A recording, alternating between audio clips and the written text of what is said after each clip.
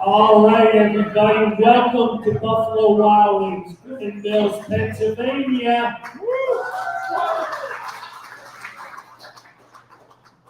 I don't think our guest needs much of an introduction. Big Ben Davis, come on, Delco Zone.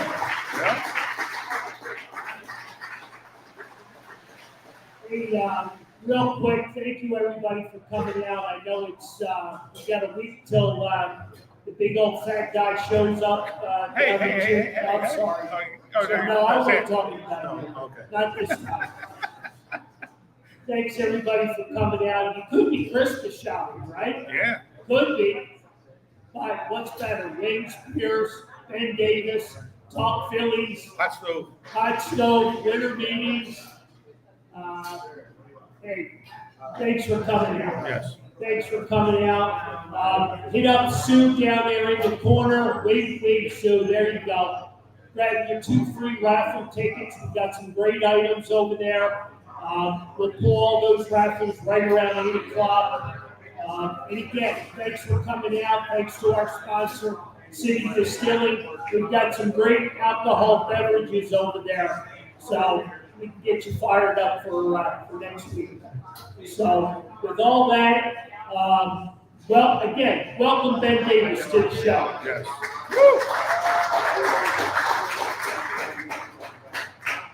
So what'd you bring us? Did you bring us a trade? What do you got? We only want to talk to you if you got a trade. I wish I had one for you. Unfortunately, the Phillies are still sitting quiet, and we'll have to see what happens. I still think something's going to get done. Something big is going to get done. I never put anything past Dave Dombrowski. Right. So I still think something will get done. Whether they move a couple different guys, maybe they shop some of their prospects at the lower levels. That's yet to be seen, but we'll see what happens. Like I said, Dombo's this guy's a mover and a shaker, and obviously what they had last year wasn't good enough, so they need to improve upon it. Right. Yeah. How interesting is it with now you got a Ranger going in the mix maybe as well going, and that's a little bit of a surprise to me. Well, for me, it's not. I think they're at the point now with Ranger. They're trying to figure out how he can stay healthy throughout the course of the season. Obviously, the first half he was on pace for record numbers. But the second half, he came back. The back was bothering him. He comes off the IL. The other side of his back is bothering him. So I just think he wasn't able to really, keep himself in shape throughout the course of the season. So I think that's kind of built up as well. So I think the Phillies are maybe, I wouldn't say at their wits' end with him, but I think they're maybe approaching that. Yeah, which is a little surprising, unfortunately. I love the guy. Right. Oh yeah. I mean, I've known him since in the minor leagues. Followed him for a while, and got to be friendly as people can be with him. But so let me interject something here. The old Scott Boras trick. Yeah. Is that an issue? For Ranger. I don't know. It's a good question. It's a valid question. I don't know how much stock that they really put in that, but Scott has a way, and he gets a lot of things done. Obviously, his client list over the years it's. I don't know how he does it. And the manpower that he has that goes along with it, the amenities that he provides for his clients, it's second to none. But he's always trying to get the best for his clients, and obviously, is probably his biggest client now on Soto. He did okay for him. Just all right. Matching the commission on that. Right. 5%. 5% of $765 million. I think he might be able to supersize his meal at McDonald's. Exactly. Exactly.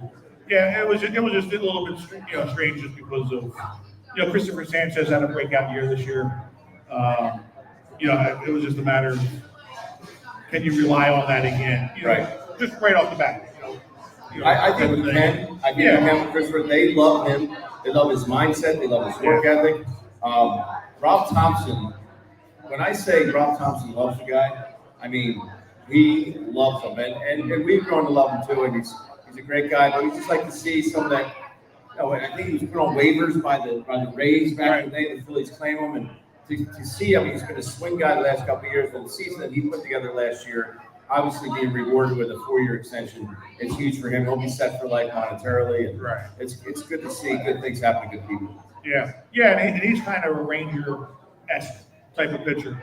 You know, I think Carl and I talk about it all the time. Like, you know, he has that mindset and just goes out there and says, "Here you go." Yeah, I think he learned a lot from Ranger. Watching Ranger pitch, his willingness to pitch lefties inside. You know, there's not a whole lot of lefties that like to throw other lefties inside, and they don't. That window is very small for them visually. But I think Christopher saw that and he said, "Well, if Rangers have success doing this, then maybe I can too." He tried it and worked for him. Yeah. Well, being a former catcher, right? I mean, we got to give JT some credit, right, for all that. Without a doubt, they put a lot of stock in JT and Stubbsy as well, for that matter. But these guys game plan every day. They talk amongst each other. A lot of these pitchers go down and watch each other throw bullpens. So they're always trying to learn different things. But yeah, JT has a big say in what they're throwing up there, and understandably so. When just go back a few years, when you were catching, did you have that much input with the manager and the pitchers? I mean, walk us through that a little bit. It really, honestly, it depends on the pitcher. You know, I had guys that would never shake you, guys that would shake you maybe 3 to 5 times a game, guys that shook you all the time. You know, there were certain guys that, you know, they would just get it and throw it. Jamie Moyer, who I caught in Seattle, he would shake. If I caught him for 9 innings, he would probably shake 45 times. Even though you had a game plan going into it, he felt differently once he was in a certain situation on the mound. Catching Mark Burley in Chicago, Burley would go into his windup before I put a sign down, and he would just grab it and throw it. And that was, you know, that was fun. And you know, especially on getaway day, Mark Burley was just getting it going, and he didn't need a pitch timer, that's for sure. Right. But you know, it depends on the guy. And then there's also guys that you have certain relationships with. You can go out and talk to them. You know, if you're adamant about a certain pitch, like, hey man, I really think we can get him with a changeup here, and he keeps shaking, you go out and you talk to him and you discuss it. Ultimately, he's going to be the one making the final decision. But you know, catchers do have a lot of input. Yeah. Oh yeah. And how much does that affect change with the way the pitch or the mound visits going on? Well, now it's, you know, you only get the 5 mound visits, and you know you only get the so many step offs per hitter, so many throwovers. So you got to really have a good game plan. I think that does affect the pitcher. Like, you know what? I don't have a lot of time here. Let's go with what the catcher's putting down, and hopefully it works out. Right. True. Is there a do you look over to the dugout and see the pitching coach kind of a little antsy, the manager kind of like looking at the pitching coach, you know, like what's going on out there? Yeah, sometimes it's not like they're giving me pitches or anything to throw. I've never had a coach, you know, a pitching coach or a manager, you know, tell me to throw a certain pitch here or there. But you know, sometimes they do get antsy, and he's got to, again, that's a relationship always seem to be evolving as the game or as the season goes on. Right. Yeah. Yeah, it's definitely a good situation because you hear more about it today. I think, you know, with JT being just the game that he calls, and you hear these pitchers always throwing out the flowers for JT, and you know, it just seems more inevitable that they really trust JT. They do, and understandably so, like I said. But one thing I think JT is really good at is just because you have a game plan doesn't mean you have to stick with that game plan on a particular night. If the pitcher, say, you know, a certain pitcher or certain hitters up there and 1-2, it's good to bury a breaking ball. If that pitcher doesn't have a good breaking ball that night, you have to get off that script and go with something else, whatever is working for that pitcher on that particular night. Now, you know, fortunately for JT, most of the time his pitchers are going to have the good stuff. Aaron Nola, Zach Wheeler, you know, Christopher Sanchez. It does go a long way. So, but you look at it, and he's got a lot to work with, but they do put a lot of stock in what he says. Yeah. So how crucial is it going to be getting him re-signed after this year? Well, he's 34 now. Right. You know, obviously he's going into his 35th year, 35-year age year. He's logged a lot of innings. I don't know how much it's going to cost to keep him here. I'm sure he wants to stay here. He loves being here. Right. But we'll see. I think ultimately it's going to come down to the price tag. And, you know, as much as we love, we've seen some wear and tear the last couple of years. And the bottom line is birth certificates don't lie. It's, Father Time is undefeated. So Exactly. we'll see what happens. How much does that put pressure on Dave Dombrowski to maybe to get another catcher? You know, stuff is okay for JT a couple of years ago when he's only pitching, hitting a couple once a week maybe. Right. You know, but if you're going to have to give JT a couple of days off a week to get another. Yeah, I mean, it does put pressure on him. You got to find a viable option when JT's not in there. Is Marshawn the guy? Marshawn's out of options. So Right. what do they do with him?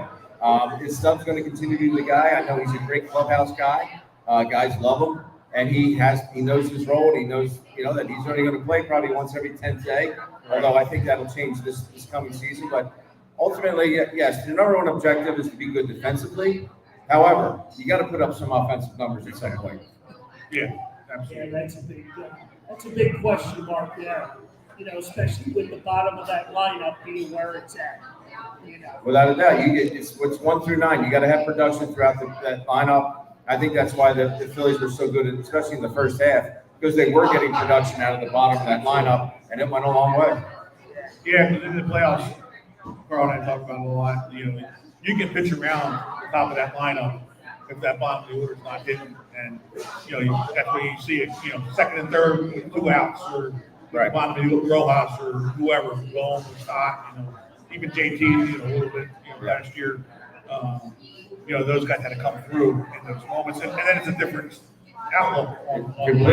Completely different. And if you look at it, the games they played against the Mets in the playoffs, it was really Harper and Castellanos. And once the Mets said, you know what, we're not going to let those guys beat us, the other guys weren't able to pick up the slack. So the Phillies definitely have some work to do in the offseason. They got to make this ball club better because, in my opinion, the National League East now with Soto and the Mets, I think it's the best division in baseball. Yeah. And, there's not really any, maybe with the exception of the Marlins, there's really no team you can sleep on. I think the Nats are going to be really good this year. They're up and coming. They made some great trades over the past couple of years, one especially the Juan Soto trade to San Diego. That really made the Nats a lot better. So you can't sleep on the Nats like you haven't been able to in years past. And even the Marlins, they got good pitching. The lineup may not be that strong, but they got good pitching to keep you in games. Yeah, and they always seem to play the Phillies tough. So we'll see what happens, but this is going to be one hell of a division. I'm telling you right now. The Mets, obviously, what they did last year. The Braves are going to be healthy again. They'll have a Kiki healthy, and Riley and Albies, all these guys. Now they did lose Max Fried, who's not coming back, so that'll help the Phillies out a little bit. But it's going to be a really, really competitive division. Yeah, actually, maybe you do good against Max Fried. I know, very true.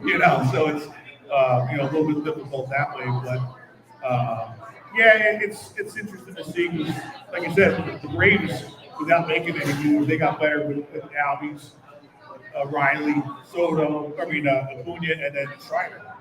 So they actually added like 4, major pieces. Yeah, I've never seen a rash of severe injuries like the Braves sustained last year. I mean, that was off the charts. Oh, yeah. It was off the charts. But they were able to, and still be competitive despite losing those guys that you just mentioned. And even Michael Harris, he's another guy that they lost for a good portion of the Without season. doubt. All right, we got a little bit of breaking news, and this one hits home a little bit with me because I'm a huge Carlos De La Cruz fan, but he's been traded to the Nationals. Ooh. See that, man? He did bring us news. Wow. Breaking news. Carlos. I'm a huge Carlos fan. Yeah.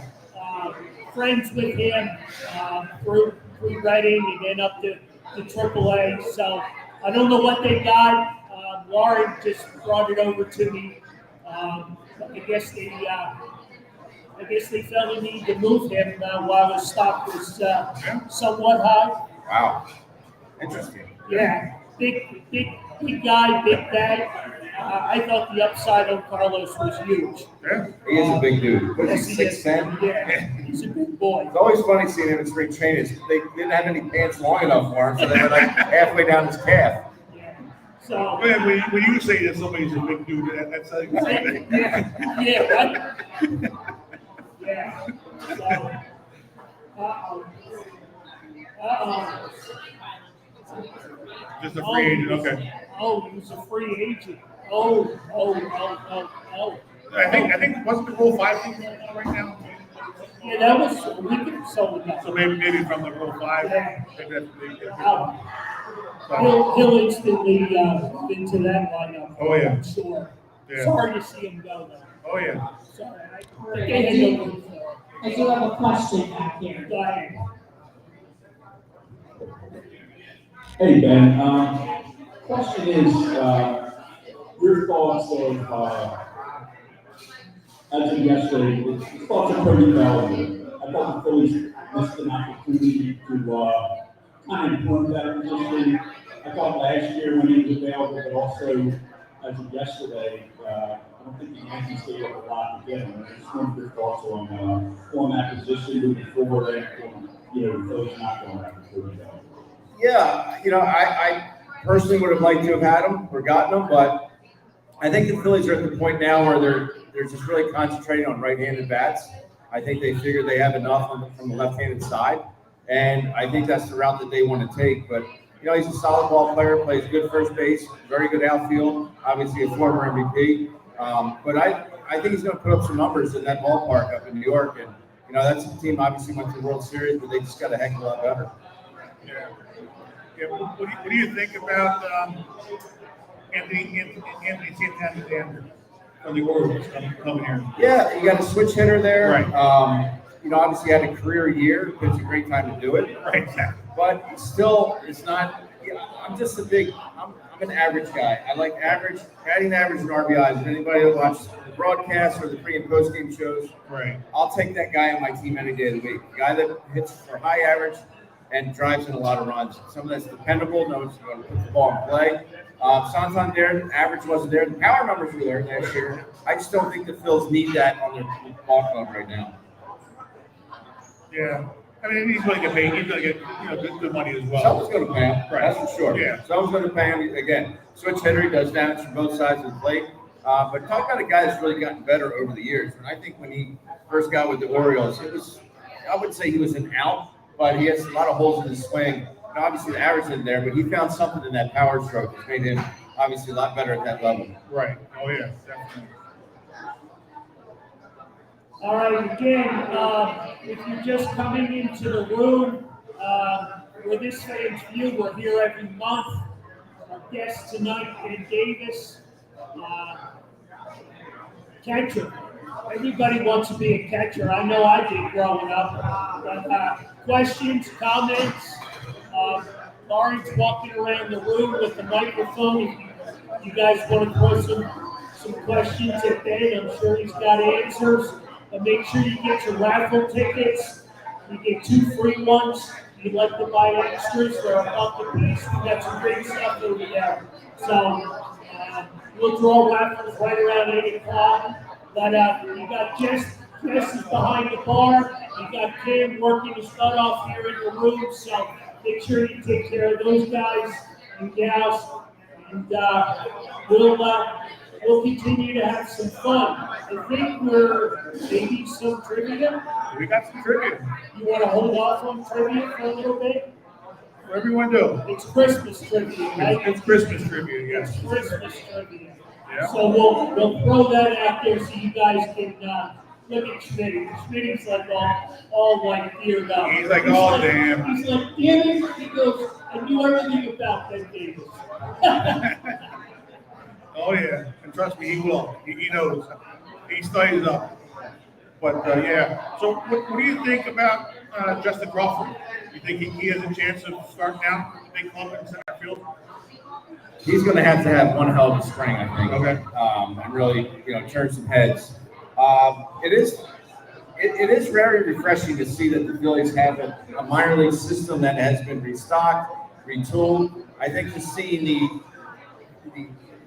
afterthought of developing guys, and not just having to go out and buy guys. You got Alec Bohm, you got Bryson Stott, Christopher Sanchez, Ranger Suarez. All these guys coming up through the system is only going to help them out, obviously monetarily, right? But also it's just it's good for the ball club, good for the organization. But you got guys like Crawford. I mean, these guys are studs, and they're putting very solid years together despite being so young. if he were to make the ball club out of spring training, I think you'd have to hit probably 500 in spring training and really turn some heads. But I think they want to make sure he gets that next progression. We'll see what happens. But you guys like Painter, coming up. And what I saw out of him last year before he got hurt and had to have Tommy John, man, that guy's I might be wrong in the long run, but I don't think I'm going to be. This guy is going to be a stud. Well, yeah, I'm glad you brought up that was my next point there. How much for this year can we count on Andrew Painter because of not being stretched out? And he's only had like 27, Yeah, they even limited his innings in the fall league right. When he went out to Arizona. So I think they're going to be very limited, but I do think he's going to be in the big leagues a lot quicker than we all think. Like I said, he is that good. Right. The stuff-wise, the body, I mean, the guy's like 6'7". It's free and easy. It's downhill the whole way. It's, I think he's going to be a difference maker. But I do think that's why I kind of wish when he did that. So I got to see him pitch last year on one of the backfields. And Scott Fransky and I went over. It was a 9 o'clock game on, field 12 or whatever it was.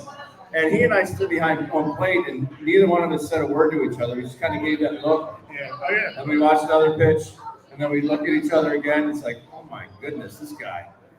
So then he has that one start. I think it was Minnesota in spring training. It didn't feel great. Next day didn't feel great.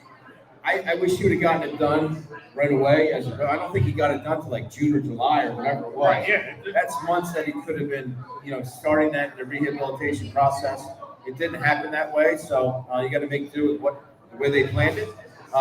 So that we'll see what happens, but I do think his innings will be very limited. It was almost like Trouble with the Curve, that movie. Yeah, exactly. You knew it. Exactly. You knew it when you could see it, especially being a former catcher. But yeah, he scares me a little bit, only because of just past performances with other, like Burley or Bueller from the Dodgers. Yeah. Guys coming back that are young, have the Tommy John, and then do they have it again? Right. Not he obviously went into Arizona and he had the stuff. He threw hard and everything. Right.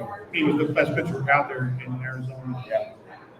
But it's just one of those things. Once you have that Tommy John early, I know it has to go two ways, right? Yeah, but I think the way the doctors have it done now, I mean, these guys are coming back. They're coming back faster. They're coming back stronger.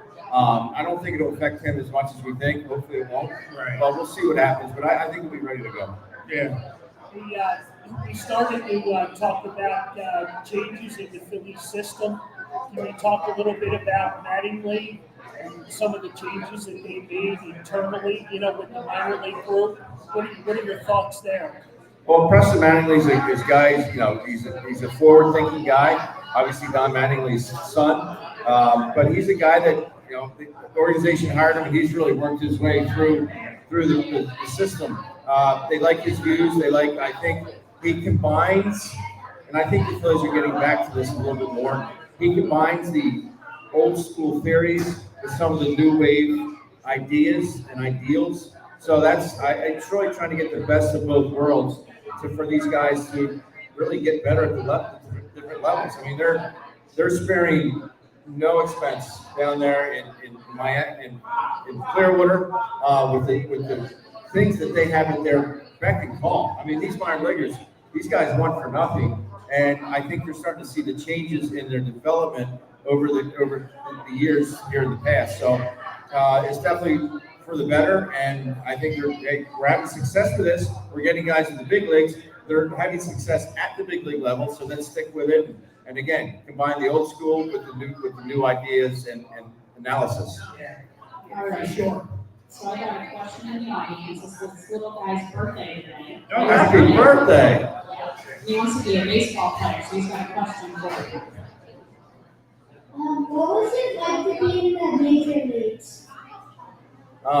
Great question. It was a dream come true. I'm sure every kid in here that ever played baseball, or every dad, whoever, grandfather, whoever, they wanted to be a big league baseball player. And having that come to fruition, having that actually happen in my life, it was just a dream come true. And it made me realize that all the hard work I did, really paid off. And that's something that I would stress to any youngster out there. If you want it, You know, don't let anybody tell you you can't do it. Go out there and make it happen. Practice and work your tail off. Don't let anyone outwork you.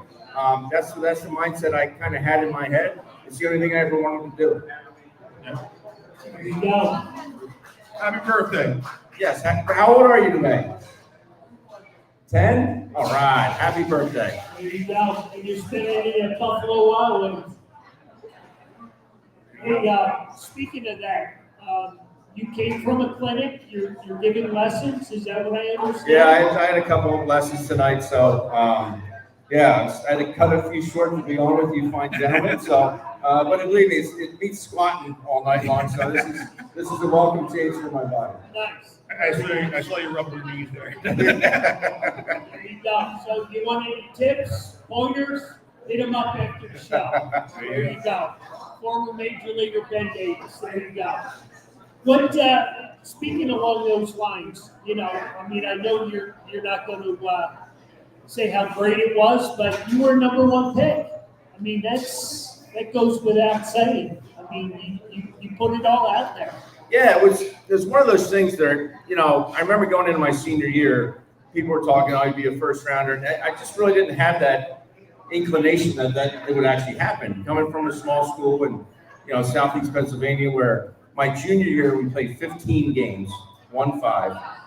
My senior year we played 25 games because the weather was so bad, and we didn't have that great team. But you know, We're talking high school. High school, yeah, and it's It's just something that, you know, I didn't really think was going to happen. It did. Obviously, I'm so glad it happened. Being the second overall pick in the draft was something I could never imagine, but it happened. But I will say one thing that I was happy about through my process of getting to the big leagues is, you know, you go around the minor leagues and people know where you're drafted, how much money you got, blah, blah, blah.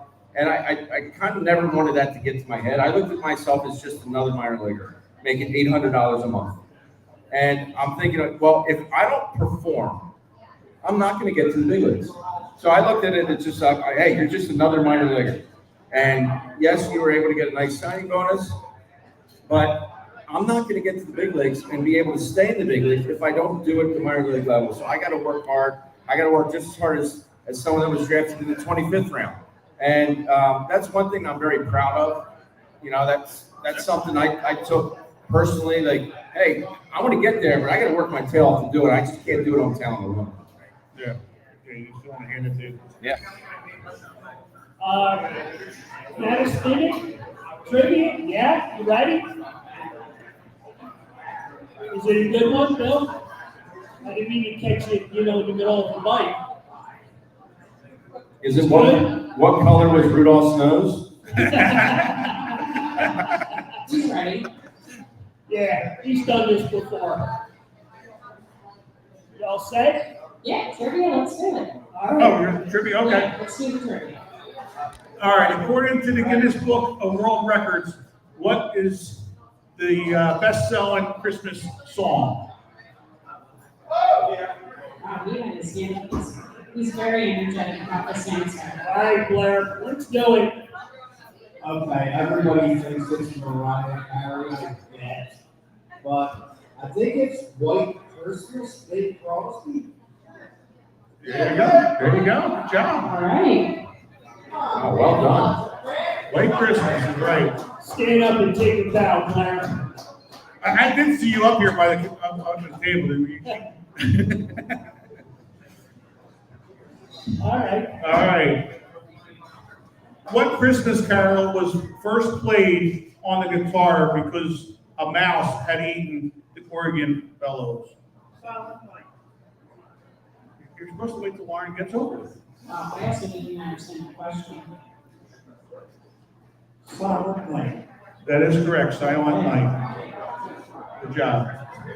2 for 2, Johnny. 2 for 2. I know. 2 for 2. It's impressive. Wait, what was that question again? About this? The Christmas carol that was first played on a guitar because the mouse had eaten the Oregon bellows. No way. Yeah. I did not know that. Yep. Interesting. Johnny, where'd you get that one? Oh, it's just not a hat rack up here. All right. What real life department store is the setting for the movie No, whoa. Especially after you answered once So already. raise your hand. All right, you gotta eliminate the bar. He's flagged. Really excited. Well, the maybe new rules. Oh, he wants to fight. I'm right behind you. You're right. Where are you going? What's the answer first? Casey. There you go. All right, here's another good one. All right. What's the symbolism for a candy cane? For a candy cane. All right, we got our hands. They got rules.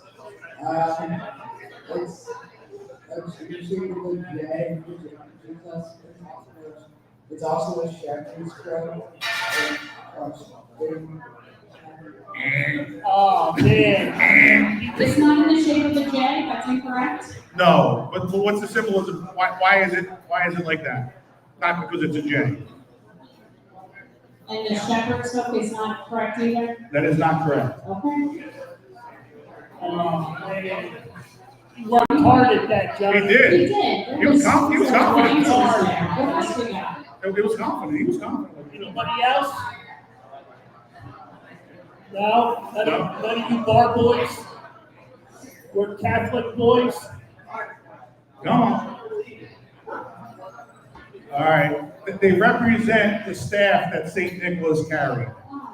I'm giving it to him. Good All old right. Saint Nick. There you go. She's giving it to him. She's giving it to anyway. him. Exactly. There you go. All right. Close enough. All right. Close enough. It's Christmas time. Let's have fun. Christmas spirit. I Exactly. like it. Okay. All right. What's served as Frosty the Snowman's nose according to the song? Stop yelling out. Stop yelling. And you got to raise your hand. And if you already won, you can't win again. A carrot. No, you're wrong. Oh, wait, right over here, Lauren, over here. This little guy right here, little O'Brien, what do you got? Shout it out. We're giving you a mulligan. The carrot is incorrect. Oh, Lauren. Over at the table, over there. The little one's over at the table. Button nose. The button nose is correct. There you go. Good job. Good job. Little insider. He's Ben's son. Yeah, that's No way. that's my whole family over there. No I'm way. missing one kid though. No Yeah. way. I got 3 of the 4 over there, my wife, so. But, yeah, that was little Mickey who just got that. All right. What is the highest grossing Christmas movie of all times? You can't yell out. He's out anyway. He's out anyway. You're out anyway. Christmas? White Christmas? That is incorrect. Over here. We got a Phillies fan. Right there. No. The Grinch. That is correct. Atta boy. Grinch, Good job. 2018. Good job. Good job. Just remember, if you've already won, you can't win again, all right? And You're trying to spread it around. exactly. You can't yell out. All right. Here's a tough one. This one's going to be real difficult. How many gifts in total are given out in the 12 Days of Christmas song?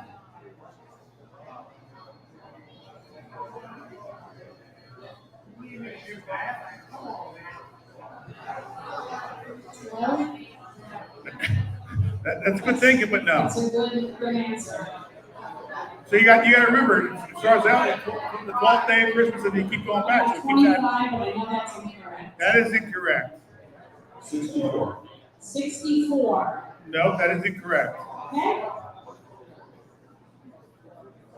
Birthday boy's got his hand up. Yeah, what do we got?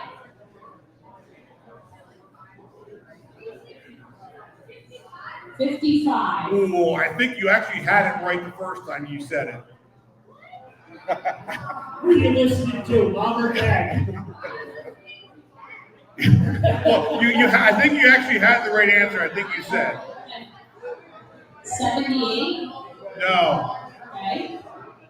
he was close when he said 355. So just That's a big number. it is.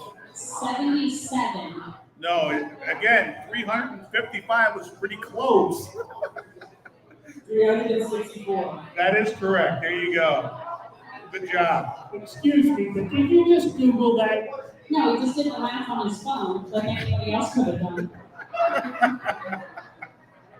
It's the simple equation. X over. Yeah. All right.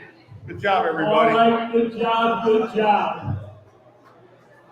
Little Christmas spirit, and we stumped like Schmidt, so that's even better yet. because Exactly. He was so prepared, Exactly. so prepared. I have one more that we don't have a prize for, but I had one more. All right, we'll give away some free raffle tickets. There you go. Who played 6 different roles in the Polar Express? You already answered. The birthday boy is just trying to win. That is correct. Good There you job. go. Give him I got the prizes. give him some free raffle You tickets. said raffle prize. There you go. Did she have the right answer? Did you have the right answer? You had the right answer. Give her some raffle tickets. Give her some raffle tickets. Her hand didn't go Over first. there. Right over there. It's like Oprah. You get raffle tickets. Anybody else had the raffle? Who had the right answer? And we lost it. Yes, we did. Kind of like you and Michael Barkan in the studio. Sometimes, yes. All right, let's get back on track with the Mattis spinning. Lauren, I'll bring us back to earth. So we've asked you some questions like this before, so it's 10 questions. Not Okay. all of them are baseball related. We want the first answer that comes to your mind, but if you have a good story about it, we want to hear that too. Okay. If you could only have one of these choices for dinner tonight, would it be pizza, chicken wings, mac and cheese, or a big old bunch of tacos? Never wear Buffalo Wild Wings. I'm gonna go wings. Okay. I'm gonna go wings. Did you have any, did you say that was a burger already? No, I was just thinking some garlic parm wings would go a long way right now. There you go. Yeah. All right. Being an ex-catcher, is getting down in the squatting position impossible these days, or could you still catch 9 innings? You know, I never had a knee issue in my life, ever. Until the last time I played golf. And I know it sounds funny, but I did something in the back of my knee and it's been barking ever since. So this was like, I don't know, maybe 4 weeks ago, whatever. We had a nice Friday afternoon, went out, and it's been killing me ever since. So I may have to get it looked at. But yeah, I was very fortunate in the fact that I never had any knee issues. I mean, I can still squat. It just hurts like hell, but I can still get down just as low as I used to. So yeah. How many times during a baseball season do you say to yourself, geez, I could get better than that for you, guy? Not very often. I wasn't the most gifted offensively. Having said that, I really do wish I knew then what I know now about hitting and the approach and what would make me have clicked a little bit better, because I think I definitely could have been more of an offensive force. Tell the truth, have you ever driven to Delaware to buy stuff just to avoid the state sales tax? Every day. Every day. I mean, we live right here in Chad's Ford, 5 minutes away. So I go down the street to get diesel. We go to Costco down by the mall to get everything else and to avoid the tax. I'm not gonna lie to you, I do it. Have you ever watched any of these television shows? Yellowstone, Bluey, Game of Thrones, Entourage, or Band of Brothers? Everything but Bluey. Okay. Have not watched Bluey. How many times has Bryce Harper asked if he can wear shoes with your name and picture on them? Rhymes with hero. Do you think it would be a good idea for the Phils to invite Trevor Bauer to spring training for a look? Why not? Why not? What would it hurt? He said he would play for the minimum, and be a very, very incentive-laden contract. If you were to reach certain points throughout the season, innings pitched, strikeouts, whatever, I don't see the harm in it. I still think he's got good stuff from what I've seen. You know, he's down in the Mexican League all year, but I think the team could use someone like that to get fired up a little bit. He's different. But I think I wouldn't mind seeing it. Are you a better darts player, golfer, bowler, skier, ping pong player, or pool player? Ping pong and darts. Okay. Yeah. When you are picking music to play and these are your only choices, are you most likely to choose Bruce Springsteen, Taylor Swift, Metallica, Johnny Cash, or Elvis Presley? Well, no chance in the first two. Sorry, Bill. Bill's always got to get that Taylor Swift in there once in a while. What was it? Metallica, Johnny Cash, or Elvis Presley? I go Johnny Cash. Okay.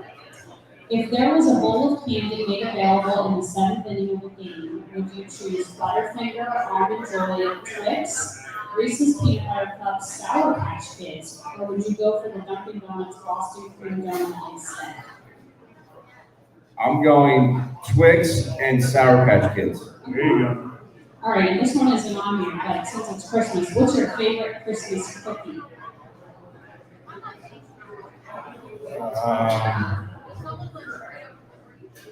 I'm not a sweets guy. Okay, No, that's all right. I'm not a sweets guy. Honestly, you know what? I take that back. My mother-in-law's pizzelles are unbelievable. Okay. She makes, that's literally the only cookies I will eat throughout Christmas season is her pizzelles. And they gotta be made by her too. Are you just saying that to your wife's here? No, she knows that. She knows I never eat any sweets. All right, fair enough. That's the last minute. Very good. There you Good go. questions. All right, so this question, well, it's really a story, it comes right from the Davis family. So I was over there trying to stir the pot. But anyway, I came up with your first visit back to Philly, and some bozo poured a beer on your head and you were Yeah, if anyone remembers the old vet, Listen Man. up, this is a good one. if you remember down the lines, there was like an alcove where the bullpens were, and it was about, I don't know, maybe 30, 40 feet up, where the fans could look over into the bullpen and see the pitcher and the catcher warming up and the guys sitting out there and all that stuff. So it's literally my first game back here playing with San Diego, and I'm down there. I'm a rookie. Right. I'm down there warming the pitcher up, and I'm just catching and I throw the ball back. All of a sudden, this giant beer falls all over me. And I look up at this guy, and I go, he goes, "Welcome to Philly." And I go, "Dude, I'm from here." He goes, "Welcome back." So I got done warming our pitcher up. I go down to the dugout, and everyone's like, "Davis, are you boozing?" And I said, "No, a guy poured a beer on me." Then I had to catch, I'm a rookie, so I only had one jersey. So I had to catch the whole game. The umpire was not very happy with me because I smelled like beer for 9 innings. So, yeah, that was my first trip back to the vet. Welcome to Philly. Yeah. Welcome to Philly. Welcome back. Oh, yeah. Any, come on, you guys gotta have questions, comments. Let's throw something at you. I would love to know, a show of hands here, how many folks would like to retain Alec Bohm and not trade him, or trade him? I want to retain him. Anybody else out there? How many guys want to trade him? Okay. I'm not a huge proponent of it. As I talked about earlier, I like the average guy. I like the RBI guy, and he was on pace to hit well over 100 RBIs and hit close to 300. I think when he came back off the IL with his hand injury, I just don't think he was the right guy. I know the Phillies weren't too happy about some of his antics when he would make it out. He's throwing helmets and, complaining a little bit too much. But, I think that's something he can grow out of. And that's really the first time we've ever seen that out of him. But I just think he provides too much protection for Bryce Harper in that 4-hole, and being an RBI cleanup guy the way he was. I know he's not going to hit a lot of homers. He's a big dude. He's 6'5", but that's just not him. But he's going to drive a lot of guys in, hit a lot of doubles. I'd love to see him keep him, but we'll see what the Phillies do. I know he's definitely on the block. Right. he's also a good sub for first base. Correct. You know, so I mean, I don't know. John and I talk about this all the time. I think we talk about this more than anything. You know, like what do you do? You know, put yourself in the manager's spot. What do you do if he comes back after this winter of all the trade talks and all the nonsense? You know, how do you explain it to him? Well, I think him having never gone through it and realizing it really is a business. Right. You know, you think you come up with an organization. I remember first time I got traded, I was coming off my best year at age 24. I caught 138 games in San Diego, and that winter, it was December, I'm in the cage hitting, my phone kept ringing and ringing and ringing. And my buddy was telling me BP, I'm like, Jimmy, I gotta get this, man. So I picked the phone up, it was my agent. And he goes, hey man, you just got traded to Seattle. I said, what? Seattle? Like, that's the end of the universe. It's so far away. Seattle? And I was devastated. I'm thinking, there's an organization in San Diego that I got drafted at 18. I come up, get to the big leagues at age 21. I'm there for 4 years. And then I get traded. I'm like, how is this even possible? And that's when it really dawned on me. It's a business. You're a piece of meat. Unless you sign one of these 10-year deals with a no trade clause or something like that, you're just part of the system. And anything's fair game. So it does make you think as a player, like they don't want me anymore. But then you got to think to yourself, well, I think it's cool that another team wanted me. You know, it's just not that someone didn't want me; it's another team did want me. So you got to look at it from both different aspects. Yeah, I mean, the only thing for me, like you said, he's improved a lot this past year with his average in the first half and stuff. On this team to shake it up, who else are you going to trade? You know, because there's nobody else that has value that you can get something good to shake it up. And that's probably why they're maybe entertaining the idea of Ranger Suarez. Well, that too. You know, what can you get back? You're not going to get, if you were to trade a Taiwan Walker, you got $36 million you're going to pay him. He's not going to bring you a whole lot back unless you eat a lot of salary. Right, and at that point, what's the deal? Yeah. Cheaper to keep him. Right. Well, exactly, and that's the thing. Like, it's not like Nick's a guy that you could try to trade, but he's got a lot of money on his deal. Right. Trey Turner's got a lot of money on his deal. JT's on the last year of his contract. Right. Not that you want to give up, you don't have another guy. You got nobody else. So I mean, you really only have like a stock that has some value, a bone that has some value. Or you dip into the minor leagues. And then right. That's the only other option you have. Right. And that's kind of, I guess, the reason why Bone might be out there, as a trade. And it's just I don't know. It's a tough decision for David to worry about. It's a tough one. Because, like you said, if you want to shake this team up, because they've struggled in the past couple of years in the postseason. That bottom of the order hasn't hit. Right. And that's been a big key. Yep. In a lot. Well, the bottom line is they need some offense out of the outfield. Well, right. That's the bottom line. They need another starter, and obviously going to need some bullpen pieces. I do like to pick up a Romano. Jordan Romano is a stud. He's a guy. What's that? As long as he's healthy, I agree with that. But he's got closer stuff. He's obviously the closer in Toronto. But I like his stuff. But you're right. He's got to stay healthy. And but I think you can expect some good things out of him. Right. Yeah. I mean, just coming off the elbow injury. But yeah, like I said, because 2 years previous he was all-star. As a closer. So I mean, he can do it.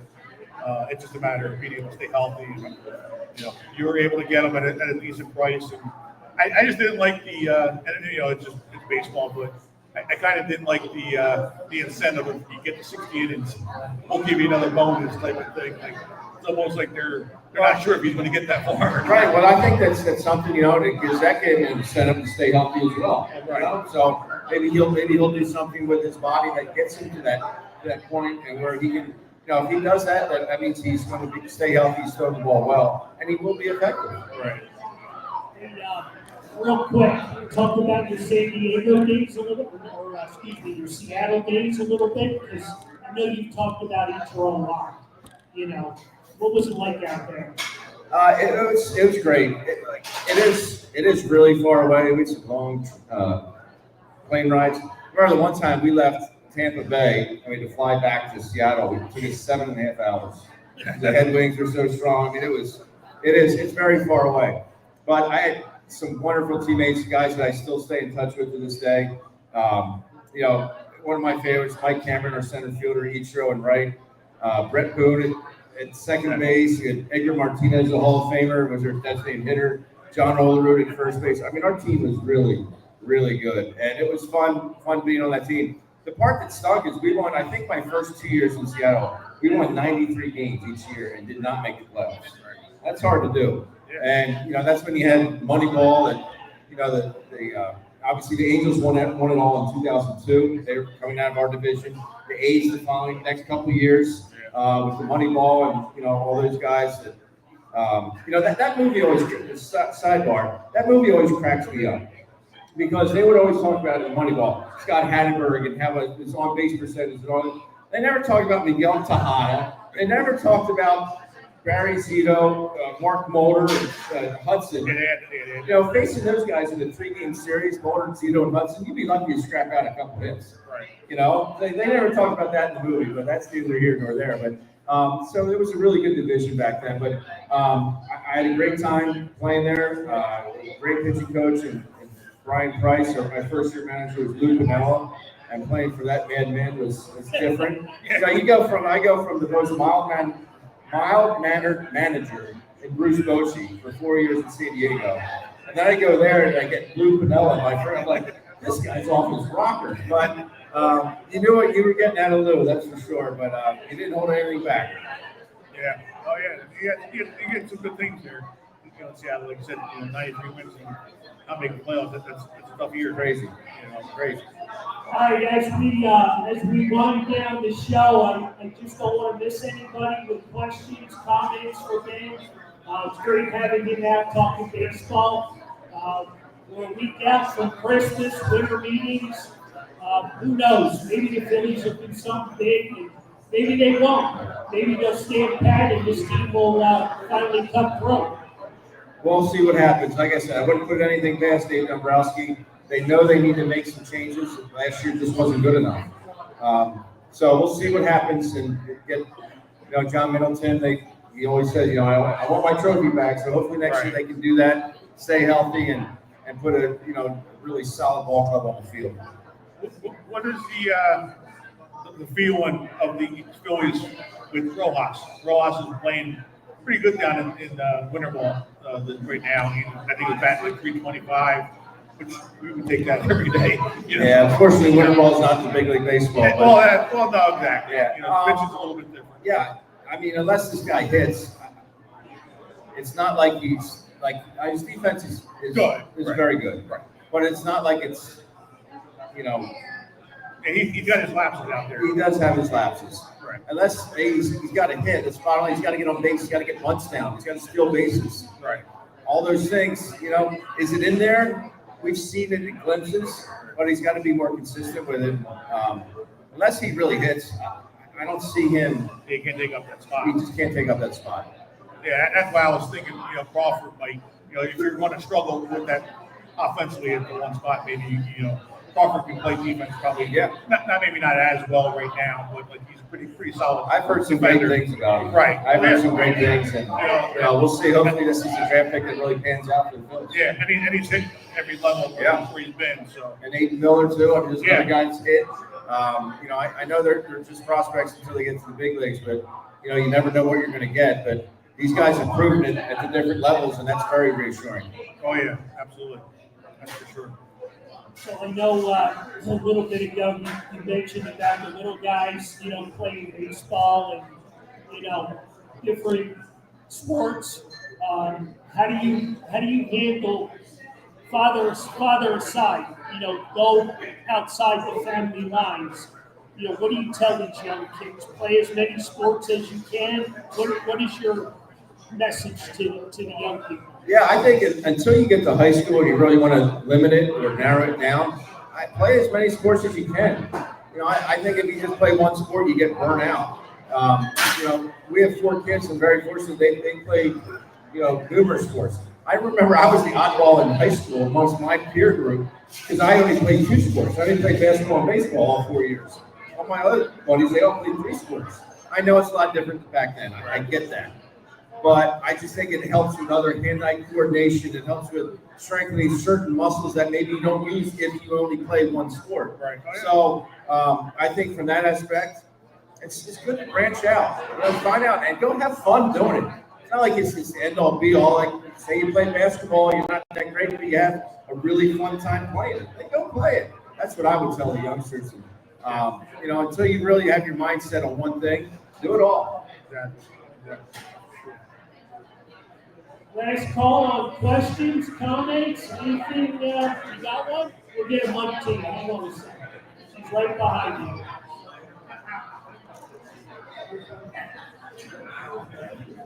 If we do our time, we can third base. We could be better.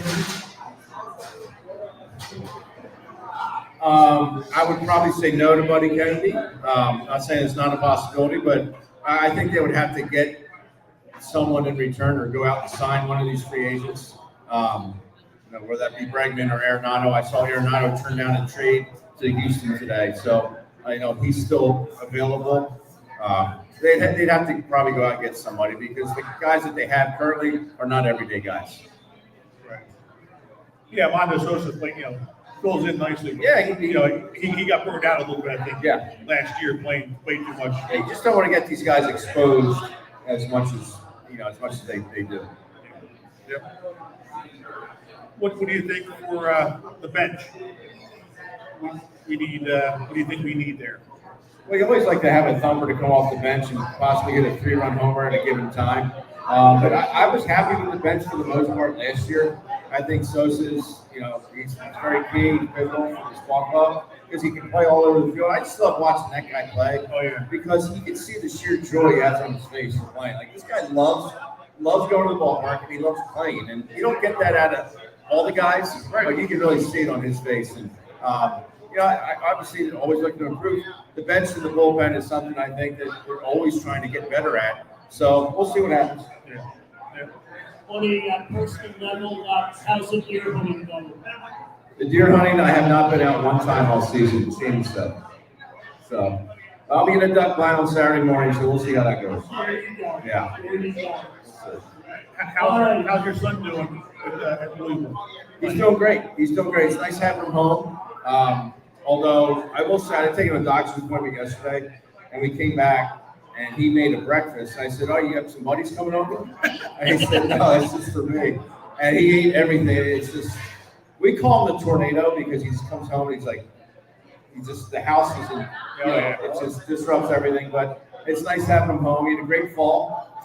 He actually got an award that they have down at the University of Louisville called the Michael Jordan Award. They hand it out to the MVP of the fall. They play a pretty sizable fall schedule, and he got it, and he's the first freshman to ever get it. So not to brag about him, but he was very excited about that. And we'll see what happens. But he opens up at Globe Life Park where the Rangers play, and they play. I was telling you, John, before they open up with University of Texas, Oklahoma State, and University of Arizona. So, Come on. yeah, Hello. it's gonna be. We'll see what happens. There you go. But yeah, he's having fun down there. That's for sure. That's the important thing, right? Yep. Very important. All right, last call, questions, comments, anybody, anything? Again, I want to welcome you guys. Thank you for coming out. We're a week away from Christmas, so we want to wish everyone from our family to you and yours. Thank you for a great year here at Buffalo Wild Wings. We're back in 2025. Our next date is 15th. January 15th. January 15th. There you go. So we'll be back again. We'll be announcing another guest. So we can talk about how the Phillies are doing and where they're headed for spring training. And We've got one more question. One more. Birthday boy's got another all question. right, he just wants us to sing happy birthday to him. What was your favorite pitcher to catch?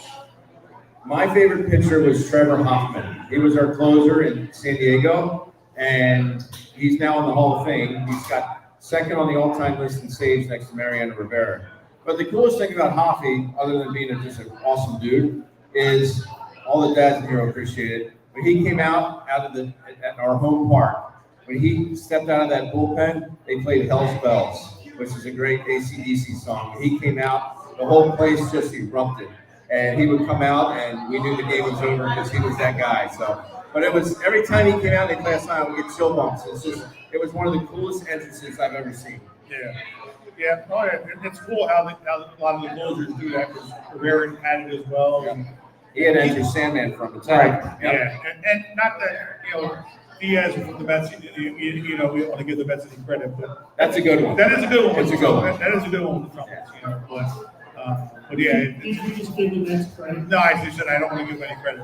Jeez. He just gave Edwin Diaz, not Gotcha. just the player, not the organization. Right. Yeah. Exactly. You know, Yeah.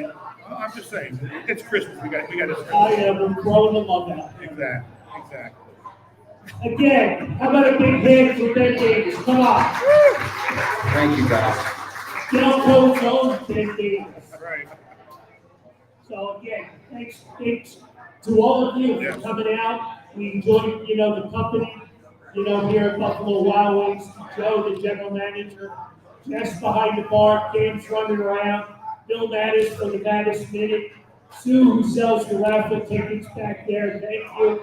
Lauren, Anthony, all you guys, John, my partner in this show. We've been doing this a while now. So we'll see you back here in 2025.